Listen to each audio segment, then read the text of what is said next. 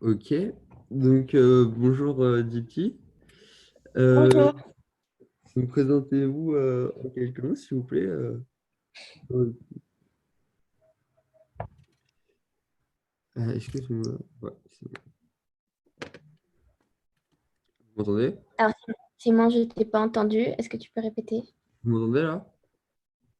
Oui, je t'entends. Désolé. Euh, Bonjour Dipti, vous êtes développeuse et présidente de l'association EMA.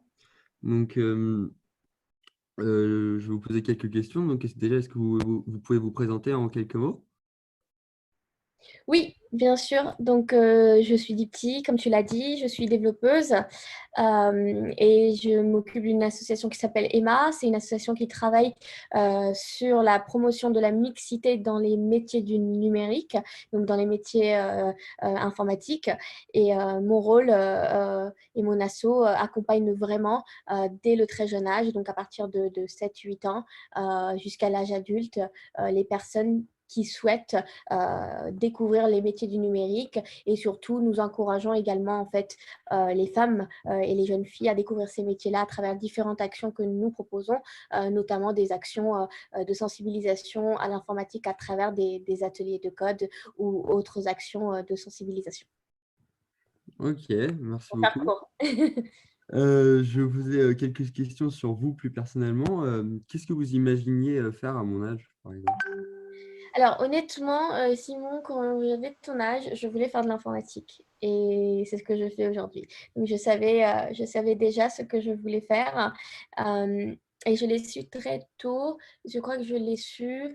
Je devais être en quatrième ou peut-être en troisième, quelque chose comme ça. Euh, Est-ce que c'était pas cinquième? Voilà, je veux dire collège. Au collège, je savais que je voulais aller en informatique. Et ça, Mais par contre, c'est vrai que je ne savais pas quoi dans l'informatique. Je ne savais pas que ça allait être un métier de développeuse ou autre. Je savais juste que je voulais travailler dans ces nouvelles technologies-là. ok. Et ça a été difficile avec vos parents ou est-ce que vous avez dû surmonter des obstacles pour en arriver là ou ça a été plutôt C'est vrai que lorsque bah, j'ai fait le choix, en fait, ou le choix plutôt, lorsque j'ai commencé à réfléchir à aller vers le métier de l'informatique et aller découvrir ce métier-là, tout à l'heure, quand on préparait, Simon, cette réunion, je te disais justement, et à Sharon, que lorsque j'ai voulu faire l'informatique, j'ai rencontré donc au lycée bah, pendant même âge que toi, hein, j'ai rencontré ma conseillère d'orientation qui m'avait posé la question de ce que je voulais faire plus tard et je lui avais expliqué que je vais être dans un métier lié aux nouvelles technologies, donc à l'informatique. Et elle m'avait donné des listes d'écoles qui contenaient des écoles d'économie, de droit, de médecine, mais aucune école d'informatique. Et elle m'avait expliqué que l'informatique étant un métier réservé pour les hommes, que c'est compliqué pour une femme, qu'il y en a très peu et que c'est pas conseillé à une fille d'aller vers l'informatique. Donc voilà, elle m'avait expliqué tout ça et c'est vrai que sur le coup, ça avait été assez difficile parce que j'étais persuadée que c'était ce métier-là et pas un autre. Des fois, on a l'impression qu'on arrive à se projeter dans quelque chose, mais on n'arrive pas à se projeter dans autre chose que cette chose précisément. C'est comme des rôles modèles. Quand je parle des rôles modèles, c'est-à-dire par exemple, des célébrités ou pas que des célébrités, des personnages qu'on, qui vont nous faire rêver, par exemple. C'était un peu la même chose. L'informatique, c'était comme pour moi un personnage qui me faisait rêver et ça allait être ce métier-là et pas un autre et je ne me voyais pas dans autre chose. ok. Donc vous avez su très tôt que vous voulez faire de l'informatique et quel parcours vous avez suivi dans ce sens pour faire de l'informatique? Alors, je crois qu'il y a une question. Vous êtes allé... Euh, Il y a une question, je propose qu'on réponde à toutes les questions à la fin ou Ok. comme vous voulez. Oh non, non, très bien, pardon, j'ai vu ça. Ok, on y répond à la fin. Pardon, Allô?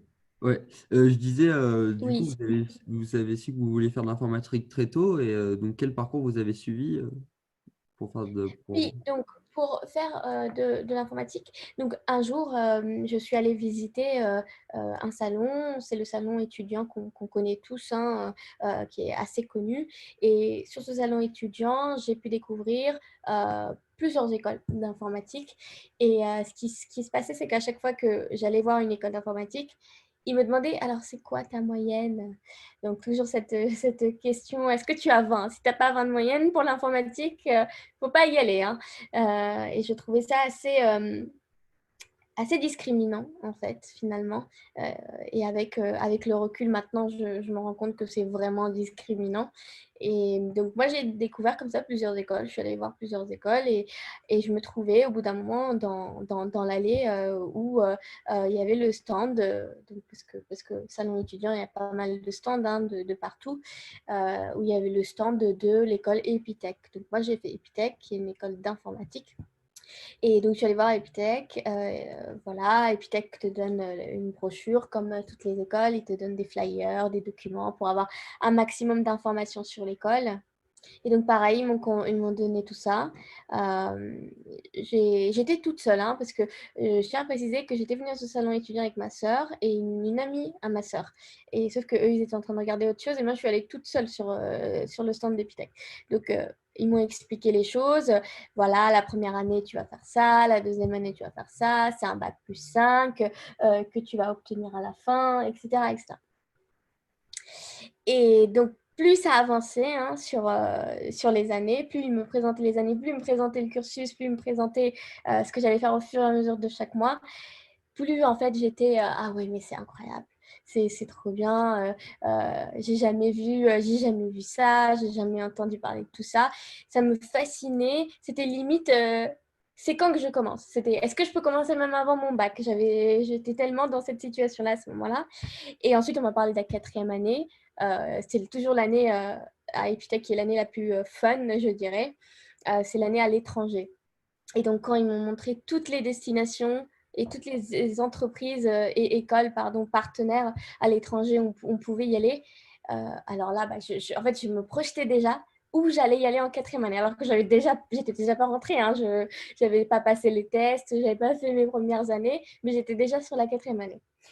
Et donc, voilà, c'est grâce à cette présentation et aussi le fait que la différenciation par rapport aux autres stands que j'avais pu voir était qu'il n'y avait pas une spécialisation dans l'informatique. C'est-à-dire, au fur et à mesure des années et au fur et à mesure des mois, on allait découvrir l'informatique dans sa globalité et pas je découvre qu'une partie ou je me spécialise dans un domaine. Non, là, c'était vraiment regarder et maîtriser l'informatique, la programmation sur différents langages informatiques, voir de l'infrastructure. Voilà, c'était vraiment un programme qui était très complexe et je trouvais ça plutôt pas mal parce que je me disais, ah bah en fait, plus tard, si j'obtiens le diplôme, hein, d'Epitech et que je vais dans le monde de l'entreprise, si mon collègue avec qui je travaille, par exemple, ou ma collègue, il ou elle a une difficulté sur quelque chose que finalement, il ou elle ne sait pas faire parce que n'est pas spécialisé dans un domaine ou n'a jamais découvert. Alors moi, j'aurais tout vu de l'informatique et je pourrais aider l'entreprise dans tous les domaines. Voilà, c'est comme ça que je me projetais. Et du coup, bah, je suis allée finalement dans cette école-là suite à cette rencontre. Voilà. Ok. Et maintenant, aujourd'hui, elle ressemble à quoi vos journées? Est-ce que c'est ce que vous faites finalement de vérifier, d'aider vos collègues et tout ça? Alors, ce que je fais aujourd'hui, c'est que je suis confinée comme tout le monde. Ouais, ouais, ok. Je plaisante. Euh, les journées, finalement, c'est jamais les mêmes.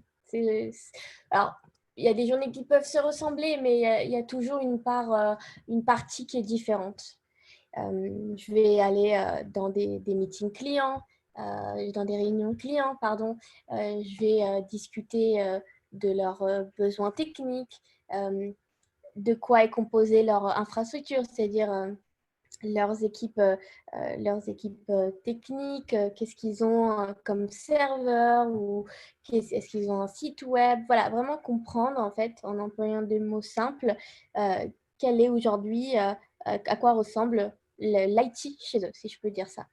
Et puis ensuite, discuter avec plein de personnes pour les accompagner, les aider dans leurs demandes, dans leurs besoins, travailler avec des équipes très différentes, par exemple des équipes dans du machine learning, dans du big data, très transverse ce rôle, et surtout communiquer un maximum.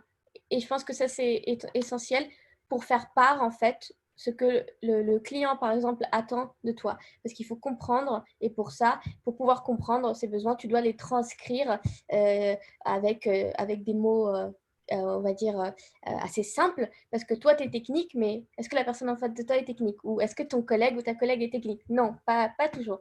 Donc, c'est vraiment un métier qui est hyper passionnant parce que avec ce que je vais créer, ce que je vais coder, par exemple, ou l'impact que je vais avoir va me permettre de toucher des millions d'utilisateurs en même temps à travers le monde et répondre à leurs besoins. Donc, c'est juste formidable ce que la technologie est capable de faire en quelques minutes.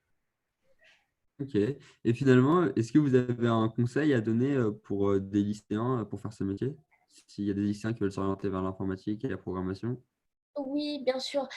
J'ai différents conseils. Moi, lorsque j'ai commencé du coup mes études à Epitech, et aujourd'hui, il existe pas mal d'initiatives, d'associations, mais aussi l'école le propose, qui vous permet de découvrir ces métiers-là. Honnêtement, allez-y, allez les découvrir. Pourquoi je vous dis ça?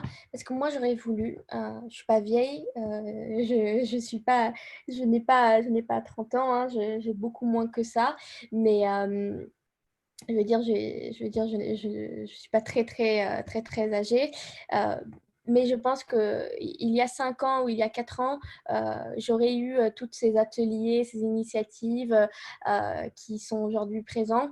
Ça m'aurait beaucoup aidé à comprendre ces métiers-là, et ça m'aurait surtout permis d'être rassurée parce que, comme je l'ai dit au début, il y a très peu de femmes dans la tech.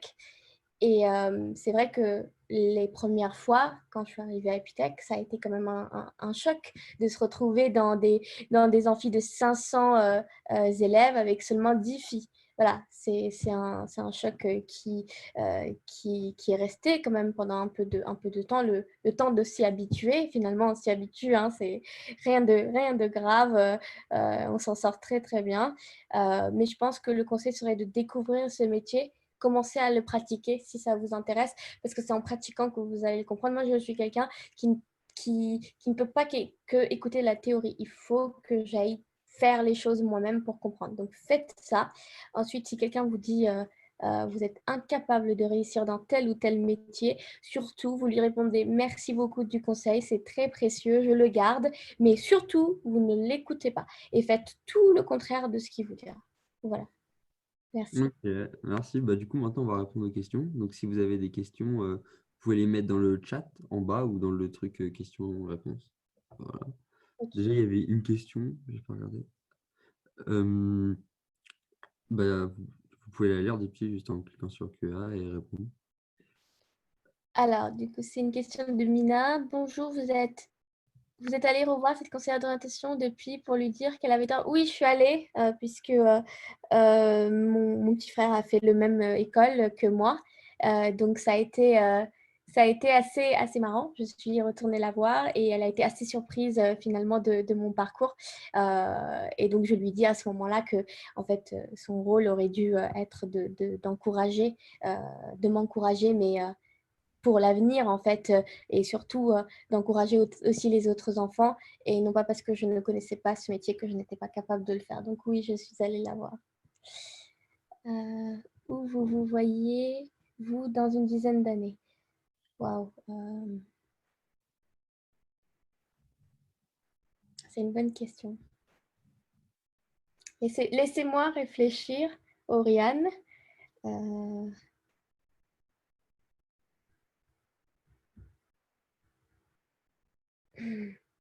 C'est difficile, hein, Simon. Je sais pas.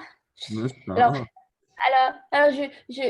je sais, voilà, je veux en fait, je travaillais dans des équipes cloud avant, et là je veux repartir. Du coup, j'avais changé de domaine en informatique, là je veux repartir dans le cloud. Euh, Et j'espère pouvoir, d'ici 10 ans, être à la tête d'une entreprise qui sera cloud provider, c'est-à-dire qui aura des plateformes cloud à disposition. Voilà.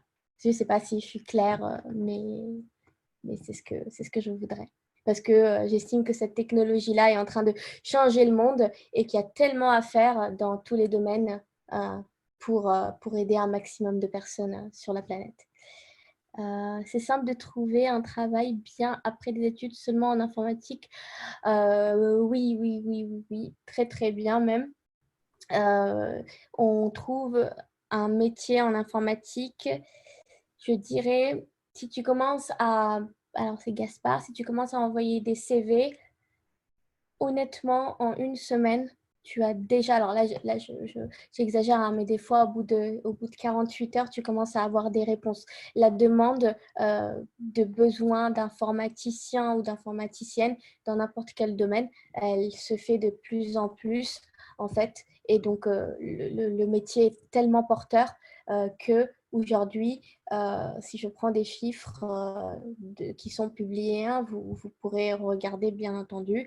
On dit que 75% des métiers de demain seront liés à l'informatique, même si la majorité des métiers sont déjà liés à l'informatique. 75%, c'est énorme, c'est-à-dire sur 100%, plus de la moitié de ces métiers seront liés à l'informatique. Alors, vous vous doutez bien que si les gens ne sont pas formés, et ben, ils ne pourront pas faire ces métiers. Donc, il va y avoir une forte demande de ces compétences-là sur le marché. Donc, bien entendu, il y a du travail et vous n'allez pas chômer avant des années, je pense, puisque à chaque fois, on découvre une nouvelle thématique ou un nouveau thème qui arrive dans l'informatique. Je parlais du cloud tout à l'heure, l'intelligence artificielle, le machine learning, le big data, bref, ce sont des sujets qui sont porteurs et qui le seront pendant des années et des années encore.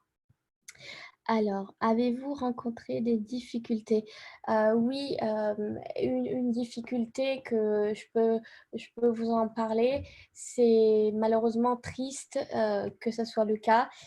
En tant qu'une fille, en tant qu'une femme dans la tech, beaucoup de fois, c'est arrivé que j'ai dû travailler 2 fois plus qu'un homme, tout simplement parce qu'on est en minorité et du coup, on doit quelque part faire entendre sa voix. Et pour ça, seulement les actes, ou plutôt seulement les actions qu'on fait pourront le démontrer parce que la société aujourd'hui est très biaisée par le fait que l'informatique est un métier majoritairement réservé pour les hommes et masculin.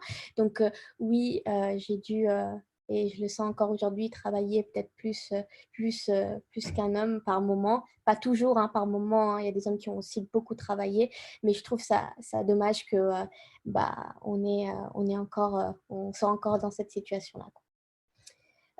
Ensuite, Véronique.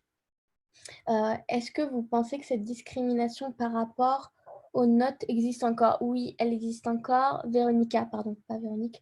Véronica, elle existe encore et je trouve ça vraiment dommage puisque tu peux ne pas t'en sortir à l'école. Moi, c'est ma conviction personnelle et on l'a vu à Emma à travers les différents ateliers qu'on fait avec des collégiens, des lycéens. On a eu des enfants qui sont en échec scolaire ou qui n'aiment pas en fait le système scolaire et qui ensuite vont dans les ateliers de code que nous on propose et s'en sortent très très bien et comprennent très très bien. Alors que dans certains des ateliers, on reprend des notions, par exemple mathématiques ou des notions de français ou d'autres. Et ce sont des choses qu'ils apprennent à l'école et qu'ils n'ont pas compris. Mais par contre, dès lors qu'ils le pratiquent autrement, dans la vraie vie, eh ben, ils le comprennent très bien. Et en fait, ça veut tout simplement dire qu'ils n'ont pas, ils sont pas plus stupides que quelqu'un d'autre. Hein. C'est juste que la façon d'enseigner doit être peut-être fait autrement pour ces personnes-là, mais ils peuvent très très bien s'en sortir dans le domaine de l'informatique, par exemple, s'ils souhaitaient aller dans le domaine de l'informatique. Ensuite, Jonas, avez-vous été confronté au sexisme dans ce secteur comme vous l'avez prédit cette conseillère d'orientation? Oui, malheureusement, le sexisme est présent. Je l'ai dit indirectement quand j'ai parlé de l'exemple de travailler 2 fois plus qu'un homme. des fois, on est très vite jugé par ses compétences. Enfin, nos compétences en tant qu'une fille, une femme, sont assez vite remises en question juste parce que on n'est pas un homme. Donc oui, ce sont des choses qui arrivent et surtout en fait. Par exemple, moi je me rappelle, si je devais vous donner un exemple, des fois tu rentres dans une salle qui est remplie d'hommes et tu dois assister à un meeting, à une réunion très très importante et que tu es la seule femme. Euh, c'est vrai que des fois, tu peux toi-même en fait te sentir un peu discriminé, mais surtout, tu le vois très vite que le fait étant que ta présence en tant que la seule femme hein, dans ces réunions, démontre qu'il y a un vrai travail à faire sur ces sujets-là. Donc, c'est vrai que beaucoup d'hommes sont hyper positifs, sont hyper bienveillants et t'accueillent les bras ouverts. Au contraire, ils sont vers la diversité, ils sont vers la mixité. Et puis d'autres qui ne comprennent pas pourquoi tu es à cette place-là. Et donc, dans ce cas-là, en fait, il faut bien savoir répondre et leur remettre et les remettre à leur place, si je peux dire ça. Je continue sur les questions. Dans votre est-ce que vous avez ressenti des réticences de la part de quel du fait que vous êtes... alors ça, je l'ai dit indirectement là.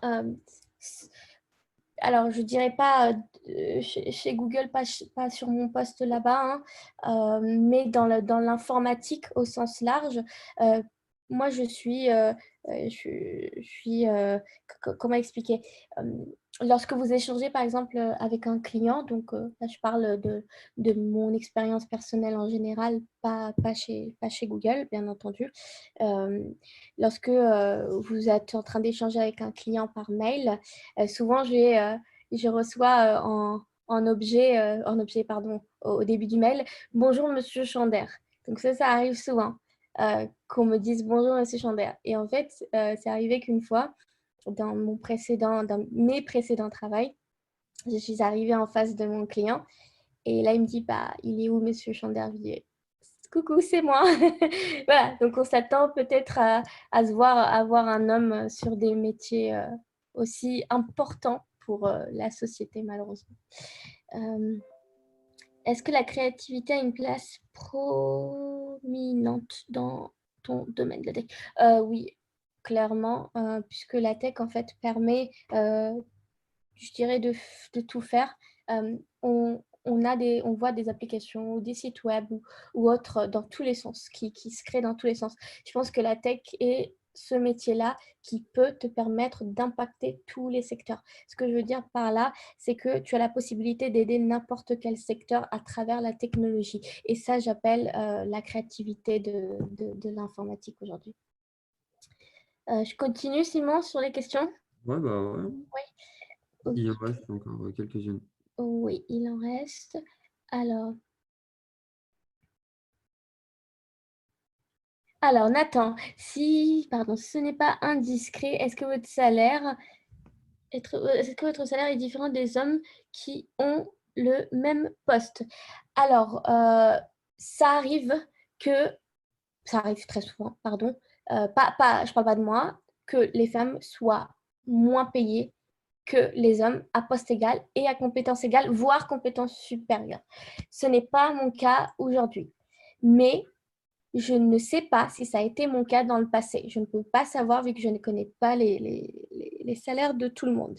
Mais je sais que dans mes précédents travails, j'ai vu des femmes qui ont été à compétences égales, voire supérieures, et également à formation supérieure, donc qui ont des PhD, etc., qui ont donc été payées moins qu'un homme. Et ça, je trouve pas ça normal. Euh, alors, je remonte sur les questions. Ça va trop vite, je les perds. Sinon, vous avez une question de Marthe, 1, 2, 3 Soleil, qui demande: j'ai toujours aimé la programmation et là, je ne sais coder qu'en HTML. Pourrais-je en faire mon métier? Alors, pour faire du web, bien sûr, tu peux devenir développeur web puisque principalement, pour faire du web, les langages utilisés, c'est du HTML, CSS et du JavaScript. Donc, n'hésite pas à regarder du JavaScript et du PHP aussi parce que sur du back, le PHP étant plus présent. Alors, je ne sais pas, Simon, je crois qu'il y a des questions qui se sont effacées. Ouais, j'ai effacé celles auxquelles vous aviez déjà répondu Ah, pour ok, que ce ok. soit plus simple. D'accord, alors je continue. Est-ce que c'est bien payé en moyenne? Gaspard, oui, l'informatique, c'est bien payé en moyenne. Honnêtement, c'est bien payé. Est-ce qu'on est obligé d'avoir de bonnes moyennes dans toutes les matières? Non, surtout pas. Je ne sais pas comment tu t'appelles, parce qu'il y a marqué spectateur anonyme. Pas du tout.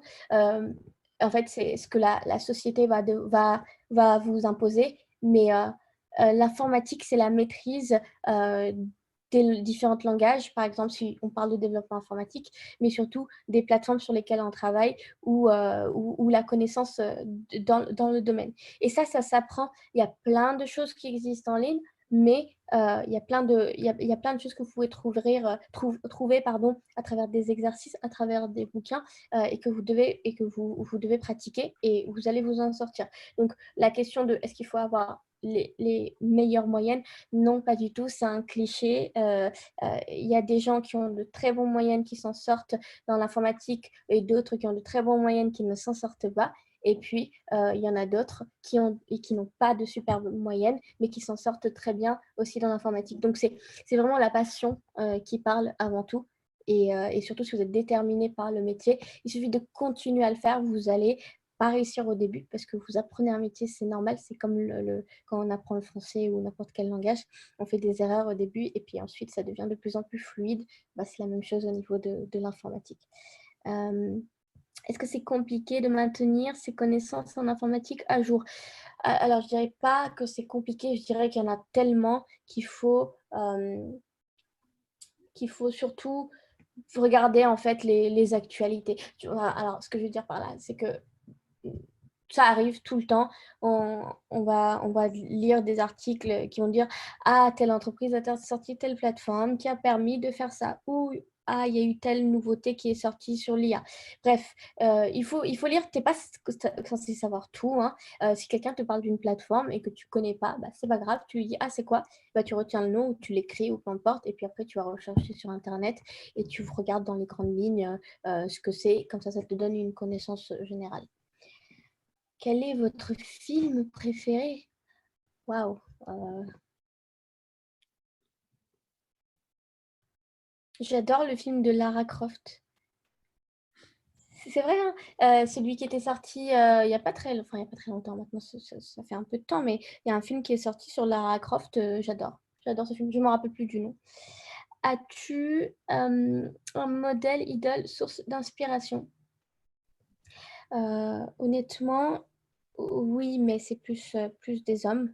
J'en ai pas eu à ce moment-là des femmes. En fait, quand j'étais au lycée, je voyais beaucoup Bill Gates ou Larry Page passer à la télé parce que bah, le marché de l'informatique explosait à ce moment-là quand j'étais au collège et lycée, pardon. Et c'est vrai qu'ils ont été ils ont été beaucoup, je dirais même, pardon, mes sources d'inspiration. Euh, Ils sont très loin de moi hein, à l'époque et je ne connaissais pas du tout leur métier, je n'avais pas travaillé dans leur entreprise, mais ils m'inspiraient beaucoup. Parce que, et surtout quand je les voyais à la télé, je disais souvent à ma maman, t'inquiète, un jour je serai à sa place. Donc je lui disais ça en rigolant et puis ma mère rigolait, elle disait oui, oui, bien sûr. Et puis, bah, j'ai eu, par l'occasion de travailler chez Microsoft parlant de Bill Gates et du coup, comme on a précisé tout à l'heure chez Google. Alors, je continue. Quel pourcentage de filles dans votre promo d'Epitech? Donc, comme je le disais, au début, c'est 4% de filles. Donc, comme je le disais, il y a 500, on était 500 dans ma promo et il y avait 10 filles. Donc, oui, c'est autour de 4, quoi. Enfin, dans l'école au sens large, c'est 4%. Alors, est-ce que malgré les discriminations hommes-femmes dans ce milieu, vous voyez les choses changer vers une forme d'égalité?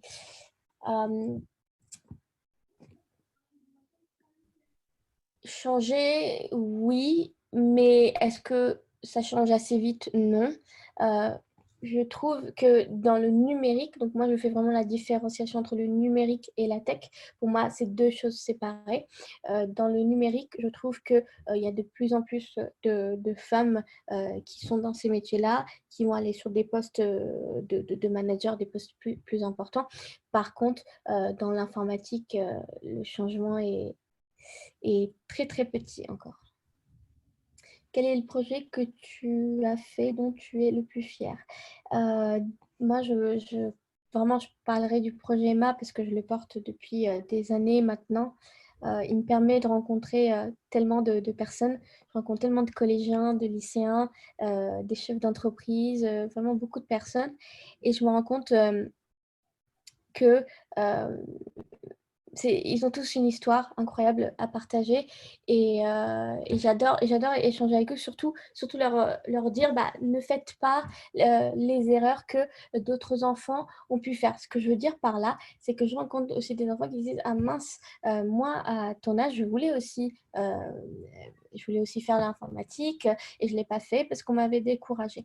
Donc le fait d'échanger ensuite avec eux et qui se disent ah merde, j'aurais dû le faire, ah mince, j'y avais pensé, je ne l'ai pas fait, je me dis que j'ai réussi quand même en échangeant avec eux, à leur faire changer d'avis. Et donc peut-être qu'ils se diront dans quelques temps, bon, je me réoriente et je repars dans la tech. Donc je rencontre vraiment des choses, des gens formidables à travers ce projet en France, en Europe et à l'étranger.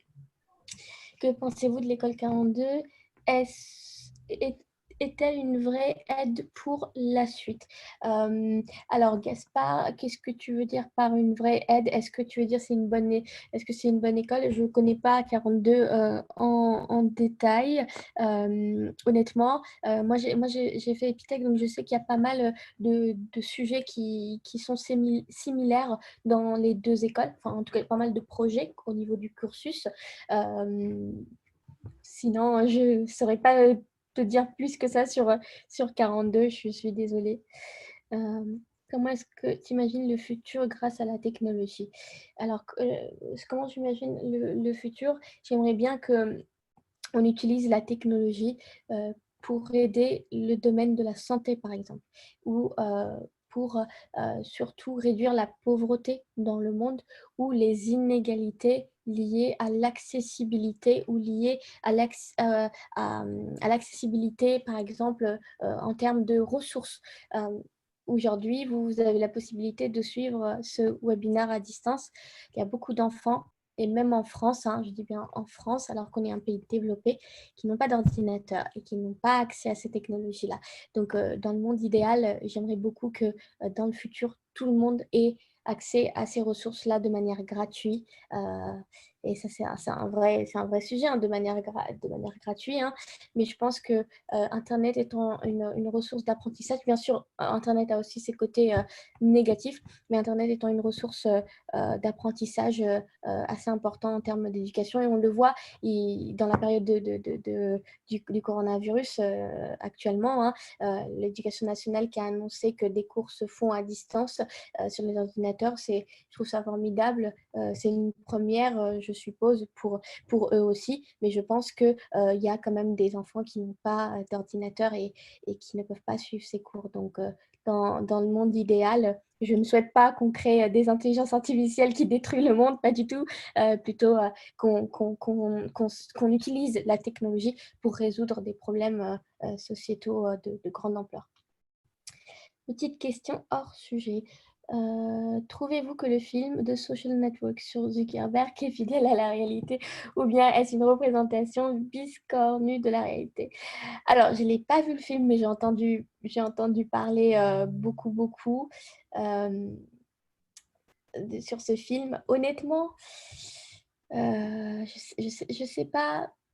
Alors, je suis mitigée, je dirais. Vous savez, quand ça a été. Donc, prenons mon cas. J'ai démarré de rien, en fait. J'avais rien. Je connaissais pas l'informatique. Puis, j'ai gravi les étapes. Je pense qu'il y a deux choses. La première chose étant que lorsqu'on connaît un succès, il faut réussir à maîtriser ce qui est vrai et ce qui n'est pas vrai dans ce qui est raconté. Donc, il y a certainement des choses vraies et d'autres peut-être pas. Donc, moi, je saurais pas dire si tout est vrai. Euh, Certaines choses doivent certainement se ressembler, mais en tout cas, quand tu connais un succès aussi important, c'est sûr que il y a toujours des déformations à droite, à gauche, et il y a aussi des réalités, bien entendu. Voilà. Est-ce qu'on peut... Oui, alors je peux vous donner. J'en profite, du coup, ça me fait penser. Nous, donc Emma, on fait des ateliers de code chaque semaine. En fait, on a lancé une initiative qui s'appelle Coder chez vous, qui permet aux collégiens et aux lycéens. Donc, on a des ateliers pour les 8 à 12 ans et les 13 à 16 ans qui vont vous permettre, en fait, jusqu'à la fin du confinement, d'apprendre la programmation. On va vous initier à la programmation. Donc, chaque semaine, on fait des ateliers. On en a fait une hier pour les 13 à 16 ans et une aujourd'hui pour les 8 à 12 ans. Pour les 13 à 16 ans, hier, on a appris, on a fait du Python avec les enfants, qui est un langage informatique. Donc, vous pouvez bien entendu retrouver toutes les sessions à venir, enfin tous les ateliers pardon, à venir pour tout le mois et pour le début du mois de mai sur notre site. Je le mettrai dans le chat, il n'y a pas de problème. Ensuite, il y a plein de ressources en ligne qui existent. Il y a des sites comme Open Classroom ou Coding Academy, etc., qui vous permettent du coup d'apprendre à distance ou sur des plateformes comme des plateformes de vidéos comme YouTube, etc. Vous avez des vidéos accessibles, des tutoriels accessibles, pardon, pour l'apprentissage du code. Alors, que pensez-vous du fait que certains métiers comme caissière disparaissent à cause de la technologie? Qu'est-ce que je pense de ça? C'est une bonne question. Alors, je suis un peu mitigée là, pareil. Je ne suis pas pour la disparition des métiers, mais je suis pour l'évolution des métiers. Je pense qu'on pourrait penser ce métier peut-être autrement. Alors, comment ce serait une bonne question, mais mon point, c'est que je ne veux pas que la technologie supprime des métiers, mais plutôt permet au métier d'évoluer. Mais si vous évoluez ce métier, alors vous formez les personnes qui étaient sur le métier d'avant afin qu'ils ne perdent pas leur travail et continuent à pouvoir gagner un salaire et du coup ne pas être au chômage. Du coup, vraiment, je pense réfléchir à l'exemple pardon, que vous venez de donner, Véronica, sur une caissière ou un caissier. Comment est-ce qu'on peut tout de même les accompagner à ne pas perdre leur emploi et faire toujours dans la grande distribution, par exemple, peut-être faire autre chose qui leur plairait. Euh, voilà, ce serait plutôt mon conseil. Y a-t-il d'autres ateliers coaching pour les 17 ans? Je vais écrire dans le chat. Où est-ce que j'ai la possibilité d'écrire dans le chat? Simon, Oui, je peux écrire. il y a un petit onglet chat tout en bas de votre écran, à côté de... Ok, donc dans converser, c'est ça? Oui, c'est ça, en fait, c'est conversé, parce que moi, c'est en anglais, le Oh, document. ok. Du coup, je vais juste mettre le site où vous pouvez découvrir, enfin le lien, pardon, pour découvrir les ateliers du mois.